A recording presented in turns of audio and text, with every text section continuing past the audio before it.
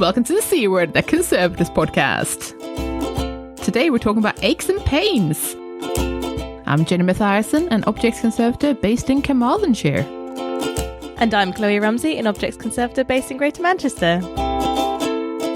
Welcome, everyone. Hello. Hello. So we're already sort of shaking out our creaky necks and stiff fingers and feeling a bit sore here and there. We are joined by a lovely guest host. Would you like to introduce yourself to our listeners? Yes, hello. My name is Emma Le Cornu. I'm a paper conservator. Currently I'm working at Manx National Heritage on the Isle of Man. I'm also a yoga teacher. I teach yoga to my colleagues. Amazing. And I'm just a general movement and yoga nerd. Wonderful. Amazing. Oh, it's the perfect Venn diagram. I feel like maybe more conservators could do with being a little bit more into movement. Well, yeah. This episode sort of came about because I have loads of aches and pains. And most recently, Chloe's had some aches and pains too. So it just seemed like a good time to talk about it because I feel like... It did. I feel like we can't be the only ones, you know? Yeah. Conservators do a lot of fiddly, patient work and sometimes it just wrecks us. I've seen at least 2 other conservators in a wrist brace in my experience at work. Mm-hmm. Yeah. Just as an example. So, Chloe, what's happened to you recently? Well, I was going to say, you and I, Jenny, we've both tried to do YouTube yoga challenges together, haven't we? We've tried to kind of hold each other accountable and say, okay, so we're going to yoga with Adrienne. We're going to do one of the challenges. We're going to do mixed success. Keep up to mixed success, and it's been fun. But I'm very interested in your yoga teaching, talking about how that helps us and stuff like that at the moment. So I've got this really big project and I'm doing something very, very, very, very, very, very, very repetitive. Shall I describe what I'm doing? Is anyone interested? Describe it. Yeah. So I've got a textile. Surprise, surprise. I've got a banner. It's silk. And on top of that silk is another piece of silk. It's a silk support that was applied with Moalith, possibly in the 60s. I don't know. Ooh. Ages ago. It's completely failed, but also somehow also extremely well stuck. And so I'm sliding a scalpel in between 2 extremely fragile pieces of silk. And the strongest part of this whole situation is the glue, typically. So I've got about 2.5 to 3 meters square of this to do, and I can at the most I can get off 5 centimeters square at a time, picking away at it with a scalpel. It is the worst. It's also extremely high. I was going to say stress, but it isn't because it's quite cathartic. I am actually loving it. But I suppose there are deadlines involved. But there are deadlines involved, and it's so easy to catch the silk or just not be able to do it. So my hand is under huge tension all the time. I'm extremely right-handed. There's absolutely, I may as well not have a left hand as far as my use of it is concerned. And I've just given myself what I've self-diagnosed as carpal tunnel syndrome. But basically, that's a long way to say that. And for people who don't know what carpal tunnel is, what does that mean? What happens to you? Well, I suppose it's also called repetitive strain injury. Yeah, it is a type of that. I have not been to a doctor's. I did tell myself that I would go to a doctor's before recording this episode, so I had a professional to talk to the professional's opinion. But I did talk to my aunt, who is a physiotherapist, and she was like, "Yeah, sounds like it." It's a swelling of the wrist that pinches a nerve that causes pain and numbness and tingling in the hand. And when it sort of flared up suddenly, it was going for a bit, and I gave myself a break. I thought I'd be sensible, I'd do something else for a couple of days, and then I went back to it, did only an hour or 2, and by the time I got home I couldn't feel 2 of my fingers. I mean, that's not good. No, it is not. And I couldn't pick up my phone. Wow. That's not ideal. It really isn't, no. When I wasn't even halfway down the banner at the time, thinking, God. I mean, so progress aside, it's not good that you feel that way under any circumstances. Let's be fair. No. But it's such a common thing that, I mean, I knew all of the internet, it seems, says, oh, it's really difficult to treat because it takes so long, so you've got to change what you're doing. And my partner was saying, oh, it's like with typing, you've got to change your action, you've got to, can you do it differently? Like, no, I can barely do it at all. In terms of fine motor skills, I'm really on the edge there of being able to do it at all. I cannot change the action. So I dashed out late at night in the dark and the rain to go to all of the pharmacists that were open in the local area or the closest town, city that there was, and finally found a wrist brace, which helped unbelievably. Just wearing it, I could, even the afternoon of the day after, my hand was fine. I just kept it on. So it was really good that worked. But it did rely on being able to pick one up and stuff, and that just made me really think, God, what we do is so it can hurt us. Yeah, no, absolutely. I wrote down our experiences on the mind map, and then I did sort of a drawing of myself and just wrote just generally broken, which is how I feel. For anyone who's like, oh, I'm young and fit and this doesn't apply to me. Oh, honey. I did this early in my career. It was like 2013, 2014 when we were doing a really intense job together, Kloe. We were. And basically what started happening was that I was doing this one strenuous thing with really bad posture. I mean, I could totally see why this was not good. In retrospect, it's like, this was not a good idea. But, young and keen and, it's like my second job ever. I need to put in all the hours and do all the things and never take a break. Bad idea. Super bad idea. But basically what happened was that from shoulder down all the way to the fingertips was just tingly numbness, like pins and needles. It was not good. Just on one side, of course, because I am right-handed. So good times, but it was very uncomfortable, and basically I went to the GP in a panic, like, what is wrong with me? What have I done? And they were like, well, that's a repetitive strain injury, so we're going to send you to physio.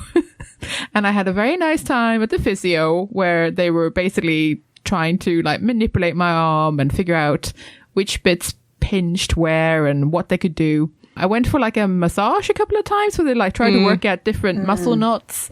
So that was good. But then obviously you can only have so many like sessions or treatments or whatever. And then you sort of sent away with like some like home exercises that I am moderately good at doing.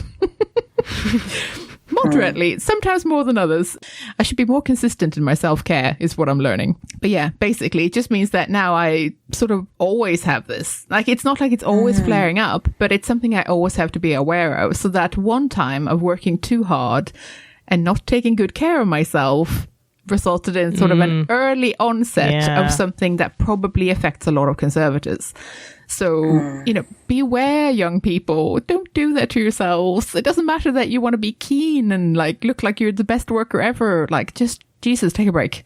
And also look at your posture, because I'm bad at that. That's it. Like, those are the lessons. Listen to Mama Jenny. I am serious. I am very serious. But then, like, years went by and I just sort of managed this on my own. And then I talked to a friend who works in collections care, and she said that she's got a lot of trouble with like neck and arms and stuff, because at that point I also had like sort of neck and upper, like just in general upper body sort of crunch, because you do a lot of like being curled up in weird positions, because sometimes you're not at a bench, sometimes you're on the floor, or sometimes you're in an object. Hanging underneath something. Yeah, exactly. Or inside something. We do crazy stuff as conservators, don't we?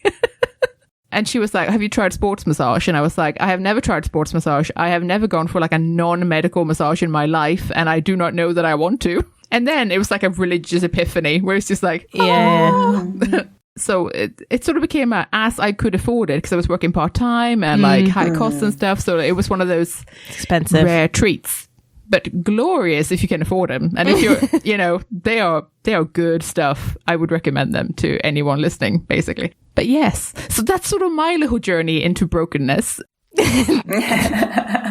Now, Emma, I would love to hear from you, because I originally invited you because I saw your Twitter paper in 2019 and I loved it so much. Oh, thank you.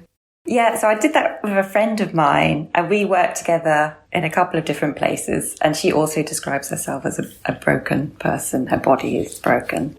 And so we used to go to yoga a lot together. And she's done yoga for years. I did my yoga training, well, it's about 3 years ago now.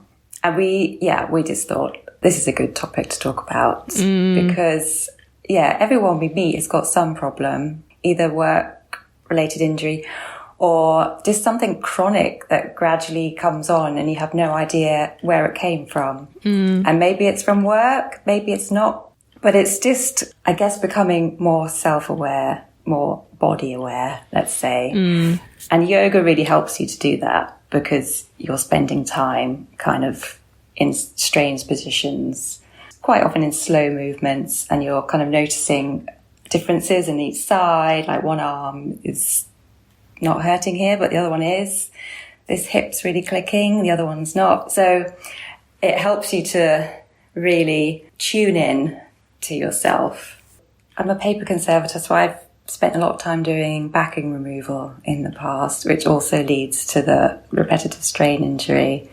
My first job, I was just doing backing removals for about 2 years. And at the time, I guess I was younger then, and at the time I was just like, yeah, whatever, this is great. I'm just going to keep going. And I don't think I've had kind of a lasting... I mean, it's not obviously painful, but I've definitely got more mobility in my left hand than my right. I'm right-handed as well. So, yeah, I've definitely had general aches and pains kind of all the way through my conservation career, definitely. And also aches and pains that I don't know where they came from. I did physio, but also I started doing more strength training kind of along with yoga. And I think that might have helped as well. It's the same sort of thing with me, that because I've changed jobs. So before, when I worked at a museum with lots of big industrial heritage, I was lifting stuff all the time. And I wasn't like, I couldn't do press-ups, for example, but my core strength was really good, because even just lifting the lifting equipment is hard work, and I was doing it every day, all the time. And then I started at my current job, which was lots of bench work, not lifting heavy stuff. Though I want to say at this point that I think there's a lot to be said for how physical conservation is as a job, and that's not something that's really like talked about, particularly when you're training, that you are the number of ways that an injury can mess up your work life, even if it's an injury, in your home life or whatever. It could just put you out because you're constantly using your body for your job. But so I changed jobs, stopped doing essentially the strength training, that just day-to-day strength training that I didn't even know I was doing. And I was dancing a lot, which is a different set of muscles and keeping me very flexible. And in my new job, I started getting really bad back pain and coccyx pain and everything. And I went to physio for the back pain in particular. And they said, oh, all your muscles are very tight on, whichever side it is that I favour for the dancing. But also they said that I was very flexible but very weak, so it was like I'd lost all my core strength but not lost my flexibility. And obviously the flexibility then has gone because I've not done anything, and I've sort of seized up with it. But there was no support there, and everything was just kind of sitting on itself and grinding away. And I then did yoga for a year every day. I did the challenges for a year in 2019, and suddenly my body was fixed, and it was I couldn't believe it. And so I feel like the solution to everything is yoga and strength training and that sort of thing, because it just your body needs muscle to sort of hold itself up. That's how we're designed. So Kloe and I briefly lived together as well, and at that point we sound like the best conservation couple ever. what I was going to say was that you taught me some, like, just how to shimmy. Yeah. You know, like you do for belly dancing. Yeah, I did. But like just teaching me those couple of things made me more aware of like posture and muscle control in a way that I was really weirded out by at the time, because I was like, what? Do I even have muscles there? I didn't even know I could use that bit. Ooh. But like, it was just really strange to like discover that, because at that point, I would have been mid-20s probably, like, and it's just like, how have I not known that my whole life? But then I have to say, I was not a physically active child. I hated PE. All sports were the devil. Yeah. I did not do dancing or anything like that. So I guess it just took me a really long time to discover those things, which is sort of interesting. And then I sort of rediscovered them when we did yoga. And I find it fascinating how aware I became of my own body just from doing a couple of yoga things. You know, like it's weird how much it changed about how I thought of myself and how I control my body, and how to check in with which bits are extra achy or might be a little bit weird today, or where not to put pressure today because I don't think that wrist will like it today. It's so strange how you can get to know your body via something like yoga. Well, yeah, it doesn't even have to be yoga. A lot of people, I think, are a bit skeptical of yoga, but it's just mobility, isn't it? It's just moving in different ways that you don't in your day-to-day life whilst focusing on it. So you're moving and you're looking at what you're doing. I've had, people in my yoga classes that are so stiff, but just doing that kind of little twist, moving the body in a different way, it kind of loosens up a lot. Even just doing it once or twice a week. You don't necessarily have to do it every day. Like my colleagues who come to my yoga classes now, one of them says his back pain is less when he does yoga. And when he doesn't do it, it comes back again. And he's only doing it once a week. And that can be enough. I guess that's the thing that I really liked about like your Twitter paper, because it was like a lot of like bite-sized things, like things you could do at your desk or things you can do just to get up and stretch and like do some hand movements that, just loosen something up. And I guess I just really like the bite-sized nature of that. And it reminds me a lot of the stuff that basically the physio told me to do, which is basically just like a set of quick exercises that are just like, okay, do 15 of these, then, go back to what you're doing. Like, it doesn't have to take forever. It is a break and you are moving your muscles in a different way. Then you can go back to what you're doing. But like, it's all about those little intermissions where you're loosening something up or tensing something differently. Yeah, actually, there's quite a good podcast I found the other day. Ooh. Called Just One Thing. And he had a show the other day about that. He called them snacks. So you do little movement snacks throughout the day. Oh, I like that. So it's better than sitting still all day than like going and doing half an hour full-on exercise. It's actually more beneficial to do little bits throughout the day. It's better for kind of fat burning as well as keeping you mobile. It's better than saving it up to the end of the day or, just exercising on the weekend. But it's just fitting it in. And yeah, it can be like 2 minutes. It doesn't even have to be 10 minutes. You're just getting up, doing some squats or doing some squats whilst you're waiting for the kettle to boil or something like that. Yeah. If we could find a way of sort of normalizing this, especially for conservators, do squats there for 2 minutes or like, everyone get up and shake it out for a little bit. If you're not holding something down and you can leave this for like the next 2 minutes, then get up and move. It's fine. It's good for you. Like, it doesn't have to be like, oh, now I have to take half an hour break. Yeah, I think people are still a bit embarrassed about moving or stretching, aren't they, in front of other people? Yeah, and then other people's reactions can be challenging, but then once you sort of start normalizing it, people will make fun less, or they will realize that actually that's a really good idea. They might start joining you. I have a yoga mat in my office. Do you? It's good, and I find myself like even just lying down on it with your knees up. Oh yeah, just to get the kinks out. It really helps. I have like what I find difficult about that though is that if I try and stretch various things in my legs or my hips, I can't be wearing a skirt because there's windows all over the place, and there's like I can't even. Yeah. There's things that I think I'll stretch my I don't know. hamstrings or something, or I'll just do something, and then I'm like, okay, so there's some office buildings right next to the windows on this side. Okay, no. I'll turn around. Oh no, that's the loo door, and there's a visitor staring at me. Okay, I can't do that either. And that puts me off. I think my colleagues are fairly used to me complaining about soreness and then attempting to do strange stretches, but I definitely think normalizing it and having sort of stretching and body health awareness things and stuff is really important. You know what that makes me think about? I don't have a yoga mat at work. What I did have is, at some point we got back in like an exhibition crate, you know, like one of those specially made fancy ones that you then have to tear all the inserts out of because you're never going to use that. You'd use it for that object again, but it might be useful for something else. And you want to be good and reuse it rather than bin it. So you take all the stuff from the inside of the crate out and you keep the crate in the special crate corner that's like haunted or something. But then there were all these sort of big glued together blocks of like plastisode. They were like quite sturdy. They are great for muscle pain because I can just lie down on a couple of those blocks and put them in the right place. And I'm like, oh yeah, it's like a cheap massage. That's a really good idea. I could use plastisode. That's for blocks, yeah. So Emma, what led you to yoga? Were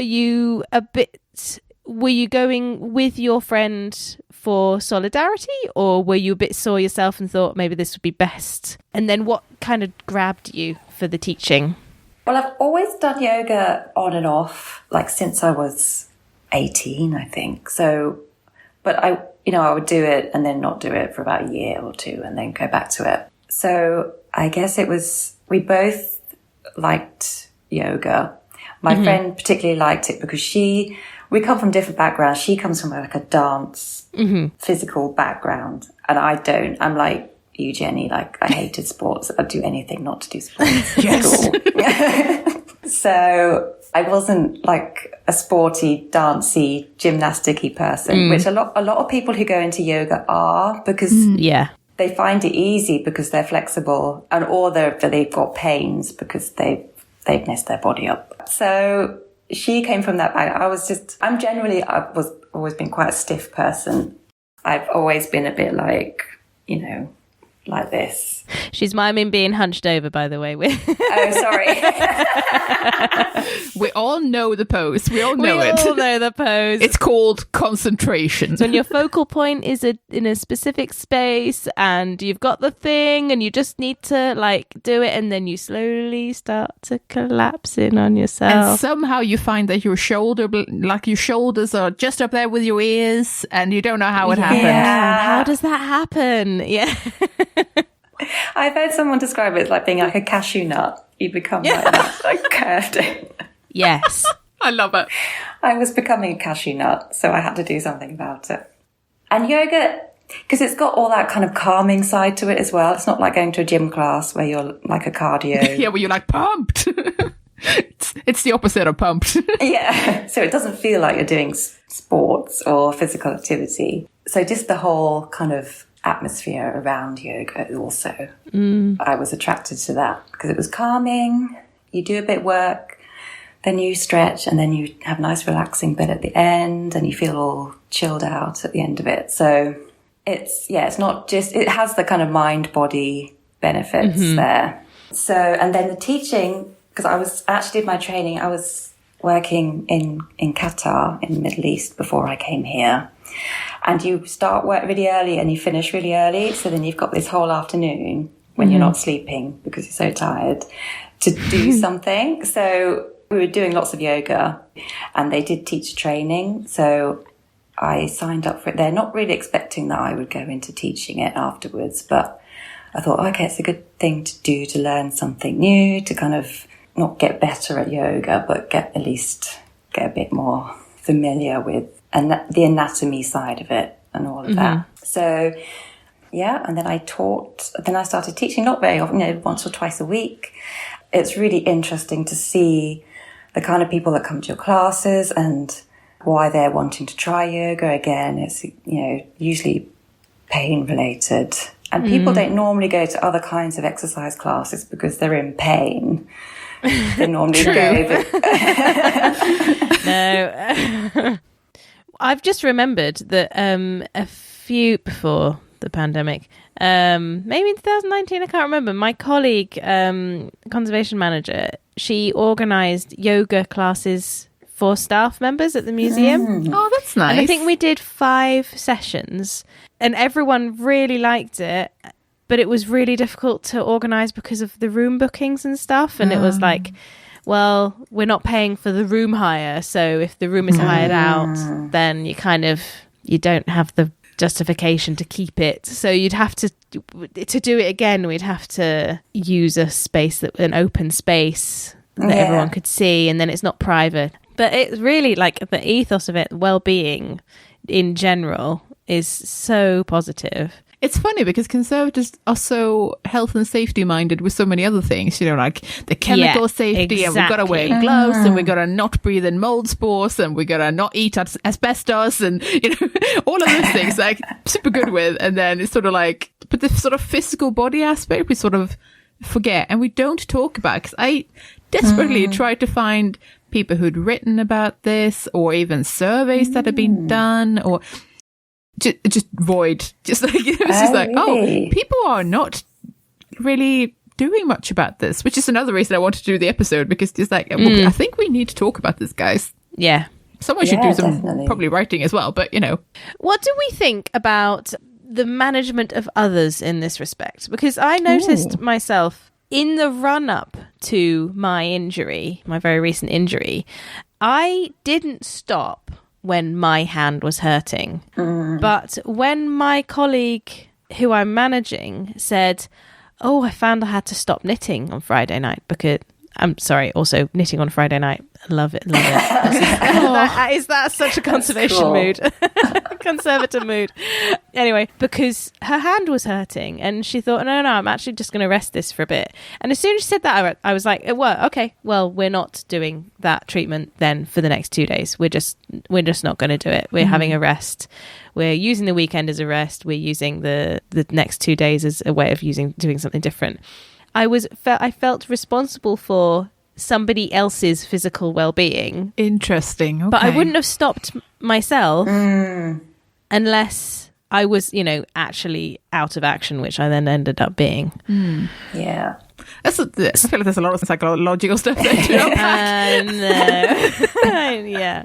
But is this something that we can talk about from a management point of view, do you think? It's interesting because I sort of, what I wrote on my piece of paper was whose responsibility ? Yeah. Because I sort of feel like because we're health and safety conscious, it's so interesting that that's sort of the bit that sort of employers focus on and managers focus on. And I sort of wonder why it isn't the same with physical well-being in terms of making sure everyone does take a break or checking in with people. Are you doing all right? Do you need to change something? Is it just because that's more of a soft skill and we're sort of not encouraged to do that as much? Or is it because the legal repercussions are less? Or why is it that sort of makes this less of a priority? Because it's just as important. Like if you're giving someone like a lifelong injury, or they end up giving themselves one, that's not really okay either. Like that's no more okay than breathing in too much solvents and becoming allergic. Some places do it's often called occupational health, isn't it? But it's more to do with your chair setup. Yeah. If your chair, they'll give you a new chair. Yeah. Yeah. People can get that where I'm working. But that seems to be as far as it goes, as far as I've seen, just how to sit at your desk properly. Yeah. Granted, that is important, and it is definitely, it can be applicable, of course, because, we do a fair bit of documentation that way as well. And sometimes, we do sort of bench work that you can sort of make those sorts of adjustments for, like having a better footrest.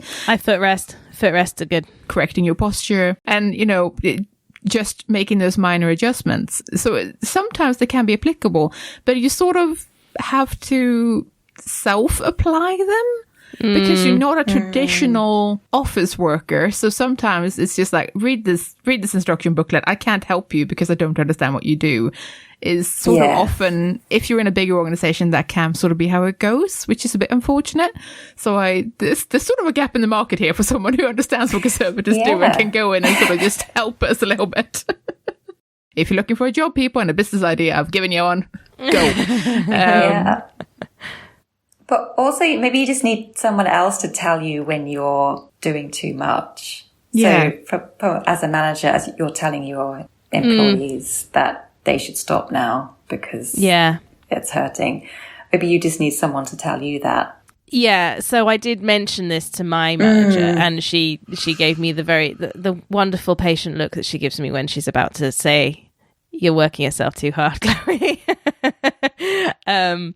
It does rely on one voicing things and paying attention to one's body, like we said at the start. If you don't say, "I'm having arm pain" or something, no one knows. I'm not going to say it's easier or it's more difficult than mental health. But if someone is acting stressed, you can tell from somebody's body language and the amount of physical work that they have to do, the amount of potential life pressures they've got. If you know that your colleague is somebody who will share things like that, you can sort of say, "Oh, you've got a lot on at the moment. Are you doing all right?" And I think we are getting better at that. But if you've got a pain in your leg and you don't tell anyone, there's no way that anyone would know unless you're limping. I suppose both are invisible things. Do you know what I mean? And they can both be difficult to express. Yeah, but I suppose, I'm not in any way diminishing mental health. It's just, of course if not. But it may be that we are becoming more accustomed to spotting the signs of one thing and not the other, because I would definitely say that there are signs for when people are in pain, but they're maybe not realizing it. And they can actually be remarkably similar to that sort of thing. Like they might be a little bit more short-tempered, but they haven't worked out why. That's true. That may in fact not be a mental strain, but actually just that they're in pain and they don't really know, they haven't really registered, if you see what I mean, or they're not willing to acknowledge it, which growing up with parents with chronic illnesses means that you do become a little bit attuned to, I think I will stay out of your way today because you're in pain and you don't know it. That's a really interesting thing to point out, actually, isn't it? There may actually be signs, but again, we sort of, that's again a lot of soft skills, isn't it? And also then maybe it's not always appropriate to go up to someone and go, "I think you're grumpy because you're in pain." Might not go over that well sometimes, but one of the things I was going to say is, which is a really awkward, horrible thing to do, but it's to like photograph yourself or video yourself doing things. And then you can really see what's happening. Yeah. That's a really useful tool, is to video yourself, either sitting or, doing something, or if you're doing yoga or some kind of posture that you're not sure about. I would say that actually doing more video meetings has actually helped a lot with like, oh wait, no, I'm doing that thing again, because I'm always aware that I'm on camera. Even if I'm looking at everyone else, I'm like, oh no, I'm doing that thing again. I will autocorrect on the basis of I know that I'm there and I know that I'm doing that thing again, where I like scrunch up. And Kloe has seen this particular room that I'm in, and I've got a kneeling chair, which is like a rocking kneeling chair. And it is an absolute godsend. I love this thing.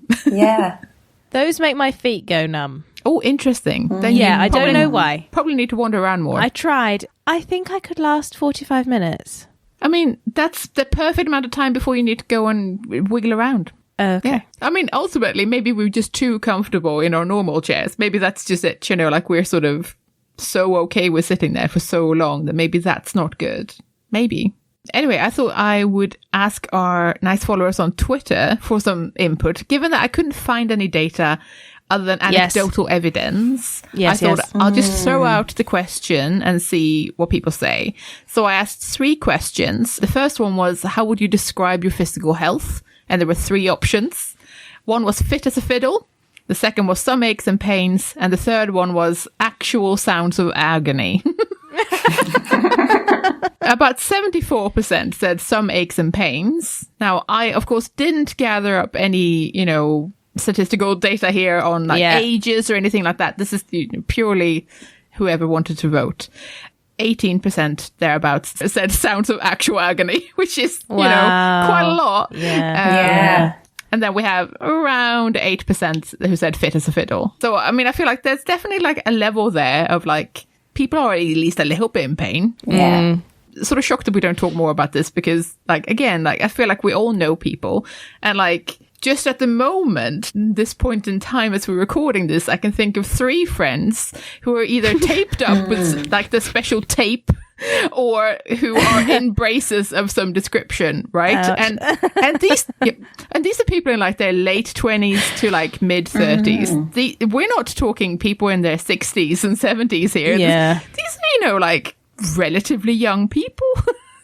And, we're just knackering ourselves. So I'm just sort of thinking that there's a lot here to unpack. Yeah, definitely. And then at least one person sort of disclosed chronic illness and sort of, a more detailed reply, basically. Thank you for sharing, by the way. The next question I asked was, have you ever injured yourself at work? And here I defined short-term as cuts and bruises and long-term as something you still feel today. And here, actually, most people said short-term only, which is encouraging. Yeah, that's good. So there we had 79% said short-term only, 2% said long-term only, and almost 16% said yes, both, with only 2.3% saying no, they'd never had any injury at all. I don't know who you people are, but you are like stealthy cats or something. What do you do with scalpels? How have you escaped? I don't know. I don't know who you are, but well done, I guess.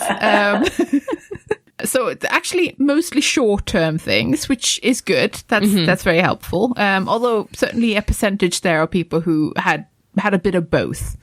Not as alarming there. So it may be that the aches and pains from the previous question are either not work-related or not seen as work-related. And I don't know which one it might be. Because again, we might not attribute an ache or a pain to something that we've done for work unless we've had maybe an official diagnosis or have been made to go to the doctor by that silly manager who keeps insisting that you need to go to the doctor. Yeah, you should go to the doctor. All right. And my third question was, conservators with aches, pains and long-term injuries of some sort, have you ever had physical therapy to help you get back to work? Because I was curious how many people might actually go for treatment as opposed to just sort of like, nah, I'll just push through. So the options were yes and still do. That was about 29%. Yes as a one-off. That was another 29%. So it's a tie. No, but probably should have was 23%. And no need at all was about 17%. So it was a tie between yes, still do and yes, one-offs, which I think is interesting. So there's some level there of ongoing pain management or injury management, which I would say is what I do, for example. I would say that's an ongoing thing that I may self-manage largely, but it's still something I have to do and I have to be really conscious about. And it's also something I have to be conscious about when I take on a new job, when I quote for a new job, or I think about preparing a new, project for a client where it's like, I need to build in time for breaks because I have not done in the past. Like, I'm going to be the first one to like admit that there have definitely been times in the past when I have massively underestimated how long something takes, or I've thought I can easily push through this. This is not going to cause me that much pain. I can do this in 6 weeks rather than 8. That was a bad idea. Do not do that. Like, just don't. You're hitting really close to the bone on that one. I know I am, but I feel like we all need to hear it. Head in hands. Shall I say my current disparity of time? Go on. I will say first that the client is very aware of the difficulty in estimating for old conservation removal and has said already, don't worry, we can adjust the estimate. I estimated 60 hours. How much are you up to? I think as of date of recording, 177. I'm halfway down.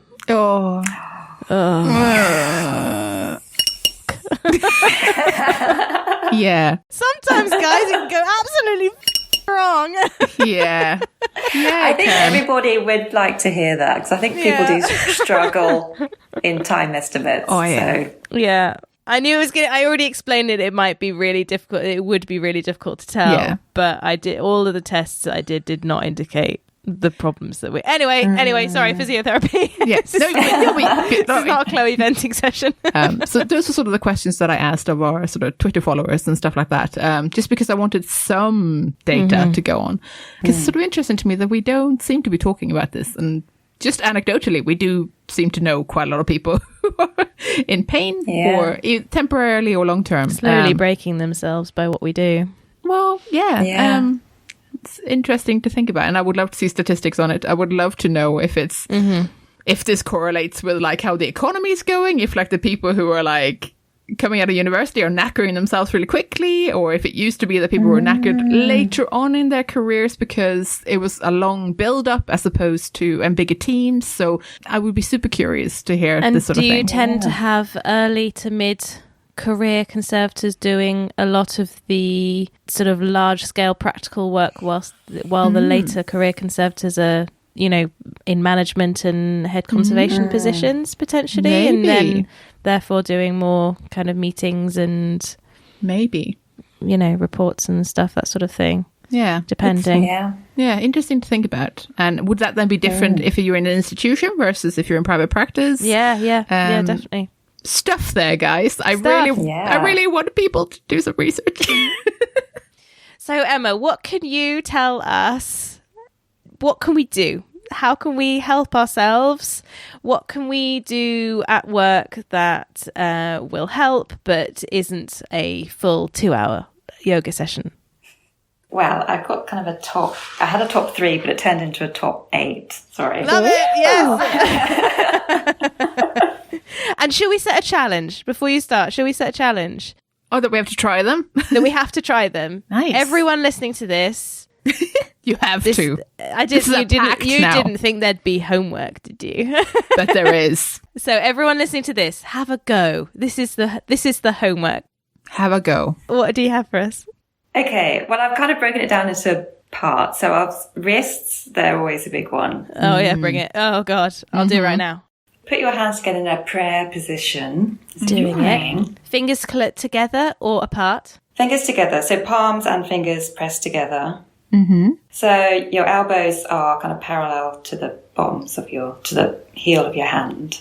Mm-hmm. And then just without separating your hands, just kind of lower the hands down. Ooh, like towards your belly button. Ooh. Keep the palms together. Ow. Wow, I am not very bendy like that. That's good. But then you can transform this into another move. So then if you keep the hands together, move the hands up, and then bring your forearms together. Elbows together, yeah. So your elbows all the way up to up together. And then keep the heel of your hands together, but take your hands out like a book opening. Topical. Try and kind of reach back with your hands. So this is a strengthening. This is more of a strengthening one because you're actively trying to stretch those fingers. And then I see, yeah. You can go between those two moves, then you can bring the hands back together and then go down into your stretch. Yeah, that's good. So you're in a low prayer belly button level with your palms together, and then you're moving your arms up to put your elbows together, and then you're opening your hands like a T. If you can go as far as a T. It might be more of a Y. Yeah, like a Y. That's quite a nice one. There's also a bit of self-massage, which, you know, you don't need to go and pay for a massage. You can do some yourself. So this one I heard described as you can massage the inside of your forearm. Imagine that you're trying to squeeze toothpaste out of a tube. So you kind of... But the tube is your arm. Okay. Yeah, the tube is your arm, and you'll just kind of work from the inside of your elbow in that kind of meaty portion of your forearm. Just work with your thumb of the opposite hand. With your thumb, work your way down towards your wrist. Just do the pressure at your own kind of level of comfort. Yeah. But it's quite a nice massage. Good. Everything about Chloe's current expression, dear listeners, is reminding me of the first time I had a deep tissue massage, and they went, and do you want us to do your arms? And I was like, there is no sane reason why you would do my arms. And they were like, okay, try to relax. And I cried because I had no idea how much tension could be in my arms. Yeah. The right is definitely worse than the left. Yeah. We are stiff people. I like that one. Yeah, I'll go on to neck. So really, just with neck, it can be as simple as like make sure you're sitting up straight. If you've got a back to your chair, you can kind of use that. Try and imagine that your head is actually over your spine. And then it can just tucking your chin in. So the stretch is targeting the back of your neck.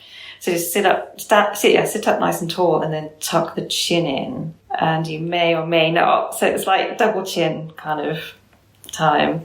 And then come back to neutral. And then you can just do the other way, but be careful you don't kind of compress the back of your neck. But we're just going to put the chin up so you can stretch out the front of your neck without crunching the back of your neck. That makes me really realise how weak the back of my neck is. And then just turning keeping the chin kind of level to the floor, just looking over one shoulder and then seeing how far you can look over that shoulder. This is such a good, I love this one in yoga, but it hurts me. Yeah. And then just doing the same thing on the other side. So it's just looking over your shoulder, but just trying to focus the movement in the neck. That one used to be really hard for me because I used to be so much more tensed up that I used to have very limited movement towards the right side because I was always so crunched up there. But it's much better now, I have to say. Oh, well done. Great. Is that because of your exercises? Yeah. Oh, amazing. Yeah. It's nice when you notice a difference. Yeah. I'm getting pain in the shoulder I'm pointing towards as well, like the muscle. Yeah. Yeah. Oh, you don't expect it. And then there's the other, where you bring your ear to your shoulder. So the same ear to the same shoulder. So then you're kind of getting into the side of the neck. Yeah. You can say you've got your right ear coming down to your right shoulder. You can put your left arm out and you can even like move it a bit and, just feel where you need it. You can move the arm back or forward a bit. We're all kind of tight in different places, so just kind of find where it feels good for you. Yeah. Oh my God. On the other side. Such a good noise, Jenny. So then upper back is just doing a simple twist. So trying to keep your hips facing forward, but then you can I don't have a back to my chair. You can either hold onto the back of your chair or you can say I'm going to twist to the right. So I can bring my left hand onto the outside of my right leg to help, like a bit of leverage. And then just bring my right hand behind me or gripping onto the chair. So just don't go too crazy. Take it easy, but you can almost pull yourself a little bit into the twist and kind of aiming for the upper back area, which gets really stiff.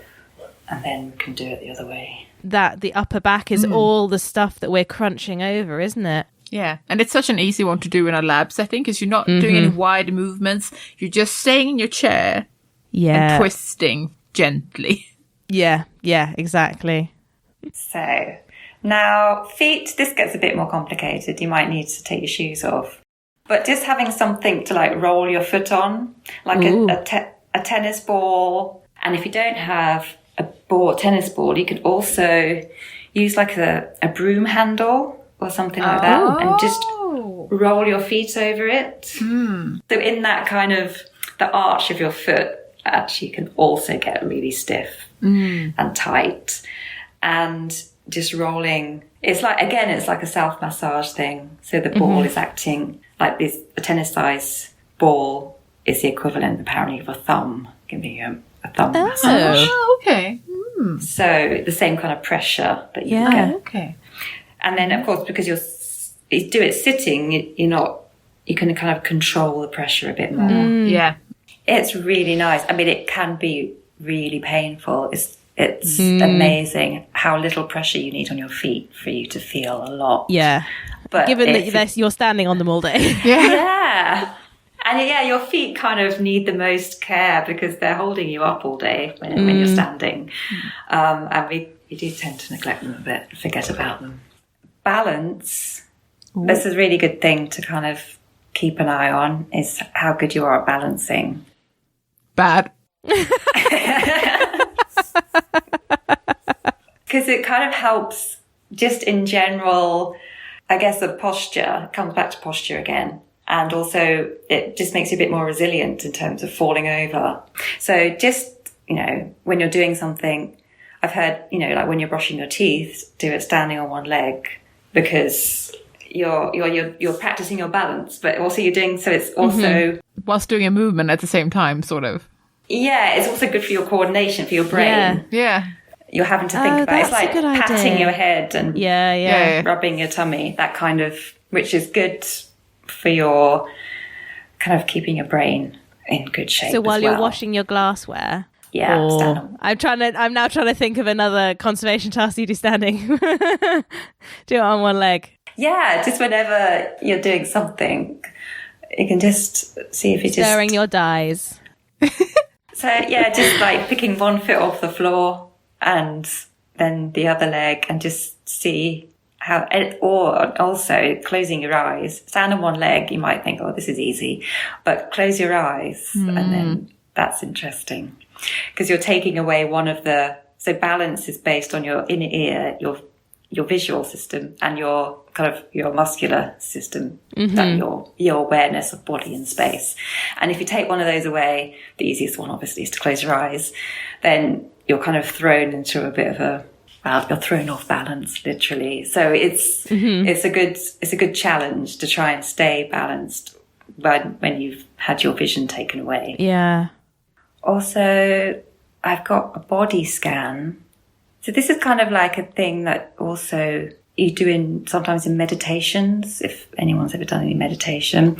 So it's just like visualizing from the top of your head and just kind of like imagining a light scanning through. And it's just an opportunity to notice what's hurting today and then what's not hurting today. Also to take notice of what feels good as opposed to what feels bad. Because we tend to ignore our bodies until it starts hurting. But it's kind of encouraging you to then say, oh, actually, my right arm feels amazing today. But, unless you don't normally take notice of that unless it starts, causing you pain, which I guess is the whole point of pain. That's lovely, though. Then squats. So, yes, back to the squats. I'm interested in these definitely as well. I like the Chloe's like, yeah, squats. And I'm like, yeah, squats. Yeah, two different reactions to the word squat.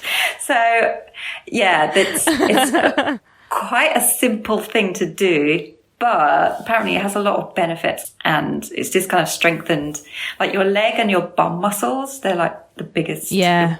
Your bum muscles are like the biggest muscles in your body. And they really help you. They help with your posture, with getting, your legs are doing all kinds of things for you all day, like getting up and getting out of chairs, getting out of bed, standing up, sitting down. Yeah, so just squatting, just whenever you've got a bit of time, like waiting for the kettle to boil, for example. That's my go-to kind of waiting around thing. So what format of squatting would you suggest? It sounds scary. It's literally just as if you're going to sit down and then coming back up. So it's like imagining that you're sitting on a chair. So you could even start, if you're not sure how to squat, just stand in front of a chair, sit down on the chair, and then stand up again. That's pretty much a squat. And then do it without touching the chair. You don't have to go too low, because then you start start compensating with your spine and stuff. So don't go so low that you start to round the back. Only go as low as that your back stays kind of in a neutral position. Okay. So it might not be very low at all, depending on your mobility. But that doesn't matter. And then just keeping, quite a bit wider than hips of your feet, or you can go even a bit wider. And stable stance. Depending on your hip mobility as well, you might need to turn your feet out a bit more. Just experiment with it a little bit to where it feels comfortable. And then just try and keep your knees facing the same direction as your feet. Look in a mirror when you're first starting out. And because sometimes your knees might be coming in or going out, one knee's coming in when you're squatting, and it will feel fine. But actually when you look at yourself, you're doing something weird. But just doing quite a shallow squat is fairly straightforward and can't really go too wrong with it. What's the homework then? Would you suggest like 10 in a session, as it were? Yeah, a set of 10 is normally a good. Okay. I'll try that. I mean, you can go as slow as fast as you want. You know, you might. I think for knee pain and all that kind of thing, and any other kind of weird hip pains, that kind of leg strengthening exercise, I think, is really beneficial. All right, guys, you heard us. We're going to do it. You should do it. Yeah, just give it a go. Just give it a go. Doing it. Come on, everybody. Let's get up. Or not necessarily, because a lot of this you can do in your chair. Yeah, that's true. There's one more, but it's a relaxing one, is putting your legs up the wall. So lying down, elevating your legs, it's really good because you're taking all that pressure off your feet and the veins in your legs. So everything is just having a rest because your legs, your veins pumping your blood around your legs is working all the time. And thank you so much, Emma. It's been lovely. Thank you. And thank you for your wonderful ideas of what we can do and your advice and stuff. I hope it gets us all moving.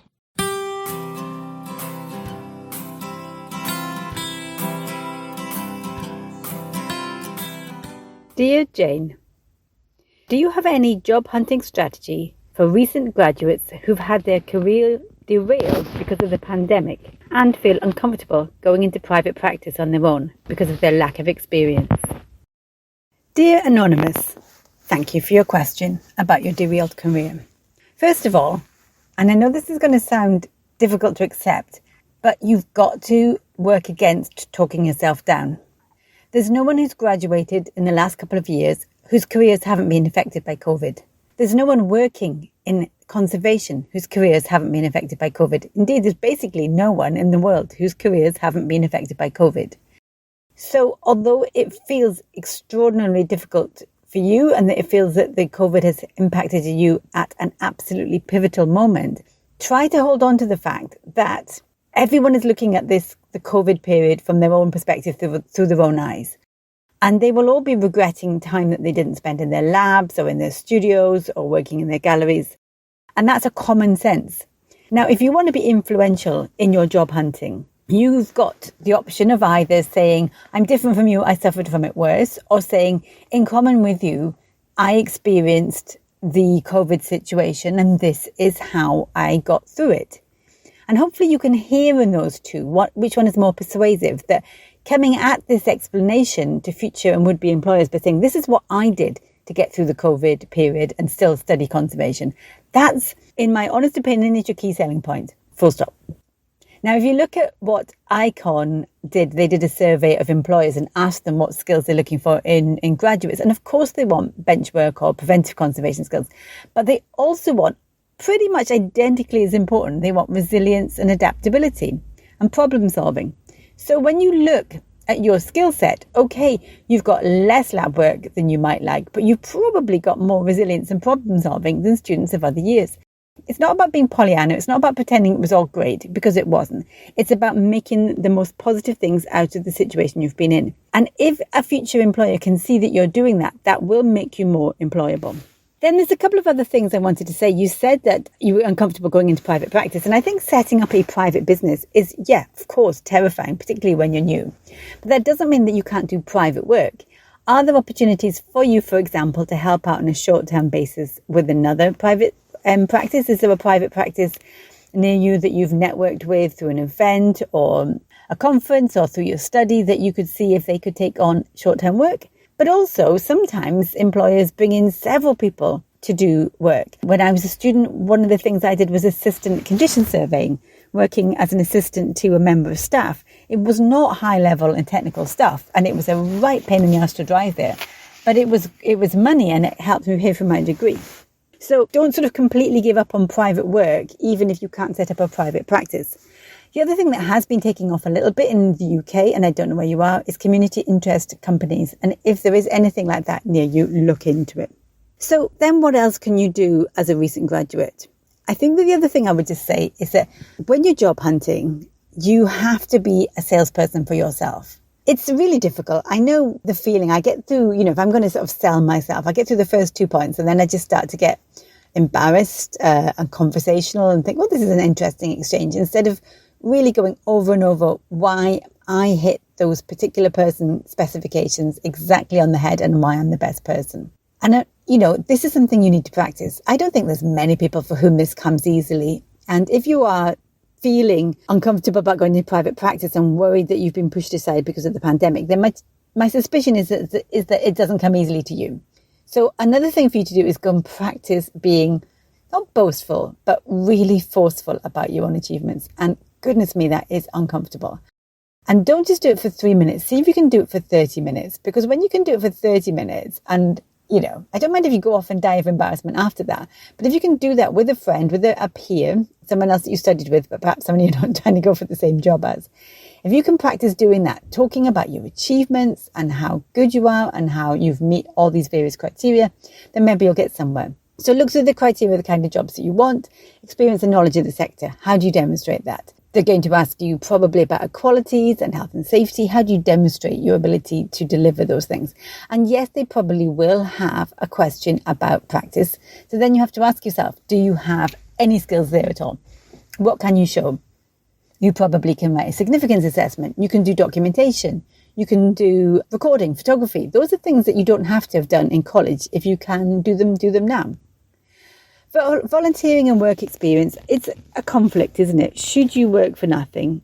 Well, basically, no. That's really basically wrong. However, you need to make the best decisions for your career. Is there a skill set that you don't have? And is there a targeted and beneficial to you way of getting those skills? You'll only really know this by plotting your skill set against the jobs that you'd want. And if you don't have something critical, then take some time to think about how you might build those up. It's not always the case that you have to volunteer to do that. It might be that you can build up a skill set by targeted employment in non-conservation sectors. It does depend, because I don't know what job exactly is that you want.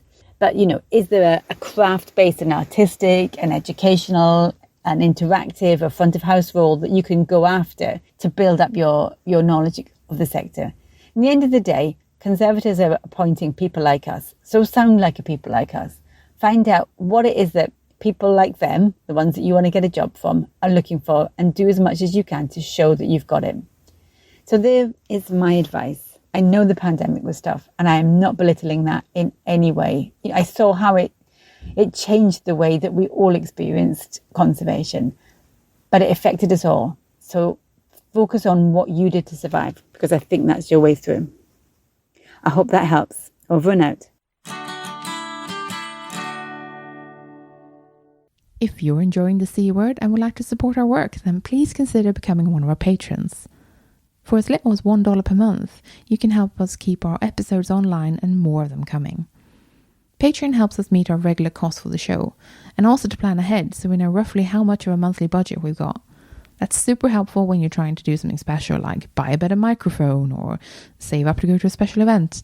Your support also helps keep us free of advertisement. In return, our supporters get access to our archive of extended episodes, which you can only access on our Patreon page. Yeah, for that $1 a month, you get a little extra audio enjoyment. We've crunched the numbers, and it's about 10% extra content on a regular basis.